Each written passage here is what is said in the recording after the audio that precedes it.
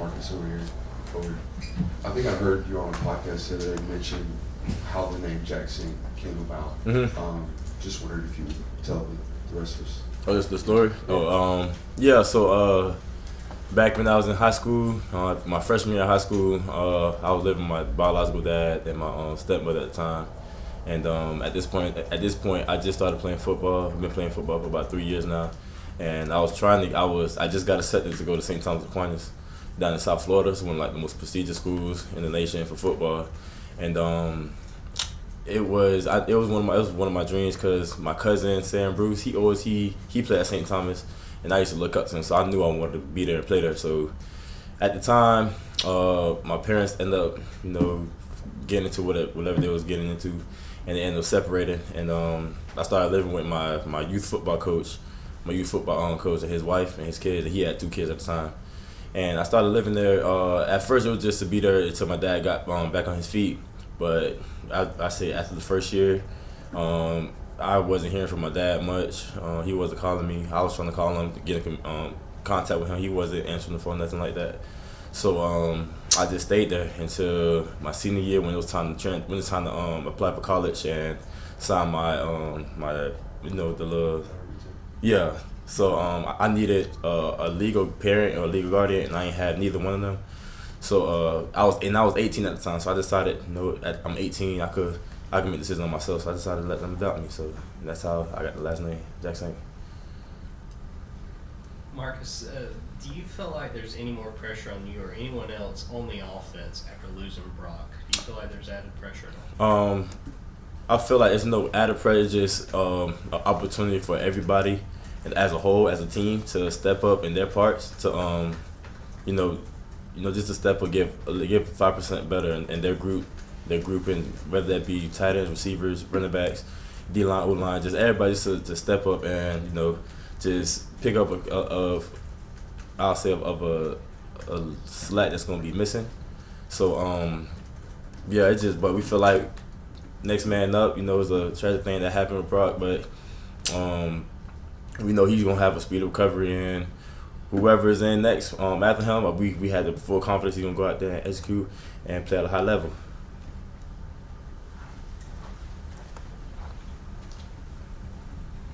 Hey Marcus, Kirby was talking about how when you're talking about losing a guy like Brock Bowers, one player can't step up and be Superman. It really does have to be a group effort. Mm-hmm. How much does it fall on kind of everyone's shoulders to make sure there's not that slack like you were talking about? Like I said earlier, it really falls on everybody's shoulders to to buy in and to come together, knowing that a big part of the team, a big part of the offense is missing. So just work coming in every day, especially during this time, to during this bye week time, to get better on ourselves, and just to see what can we do to get better. And then that's right now, that's the plan. That's what we're focusing on right now.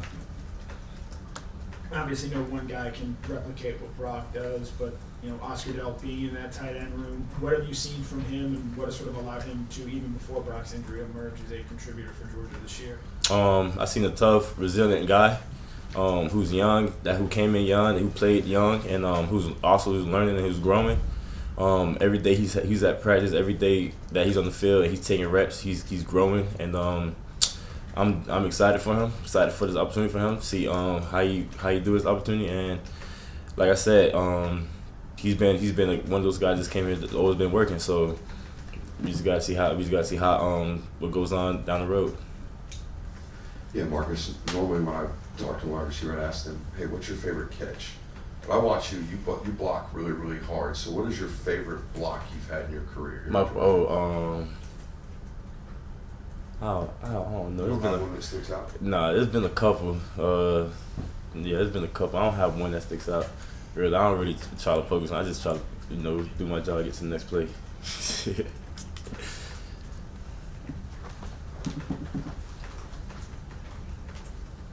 Yeah, Marcus, I know it's a different type of injury, but you've gone through a pretty significant one earlier in your career. Mm-hmm. Brock's dealing with one that, the timeline is what it is. I mean, what is your advice to him when you go through an injury that seems like it could be detrimental to a season, for a specific player? To keep your head up, you definitely gonna have doubts. You definitely gonna be down on yourself. You're gonna you're gonna be missing a lot of the team, like just being with the team and doing the things that you was doing all year and the work and the grind. You're gonna miss that part, but definitely keep your head up. It's time for you to get your mind right, so basically get your body right and focus on the injury. Focus on trying to get back. Focus on trying to get healthy. So I know Brock, he's a hard worker, and he comes in, he works his tails off every day. So he's gonna attack just like he attacks everything. Marcus, not having George Pickens and A.D. Mitchell for long stretches, last couple of years, and you guys still winning, national title. Is that something that you guys can remember that, losing a talent like Brock, is something that you might be able to overcome? Like I said earlier, you lose. Yeah, it's something that we're gonna have to overcome. Something that we're gonna have to. We all collectively gonna have to step up and play better, perform at a better. Perform at a higher level. So even though we missing a piece to the puzzle, but like I said, we got other guys that's ready to step up and he's the next man up. Marcus, I don't know if you guys have watched the replay of the game yet, and I know there's nothing. Kirby made it clear there's nothing good about throwing interceptions, but to see your quarterback hit somebody like that, did it catch you off guard a little bit? Did you know that Carson could light somebody up like that? Yeah, that definitely caught me off guard. I was in on that play too, and I'm watching him cover down, and I was not expecting him to throw his body at him like that. But that just shows you the type of guy Carson is. Even though he's a quarterback, he's not scared to get hit. He's not scared to hit somebody. So it's that type of toughness and the type of grit that he brings to the office. Yeah, from your perspective, did you notice there was anything sort of different about VanDERS Turf? It seemed like a lot of guys were sort of slipping and sliding around the field there, and obviously Brock getting hurt, Xavier, Ken also picking up injuries there. I guess the turf was slippery a little bit, but like I said, we can't really control that. The other team was playing the same elements we was playing in, and then that's part of the game. That's an element or something that we can't control. It's just we gotta be able to keep our feet underneath ourselves. So but the turf was slippery though. It was very bad. More questions for Marcus? All right, we got one more. Yeah. Can you put in words what you think Brock means to this offense, and because obviously he's going to be missing for a little bit. What's the adjustment from what you guys do?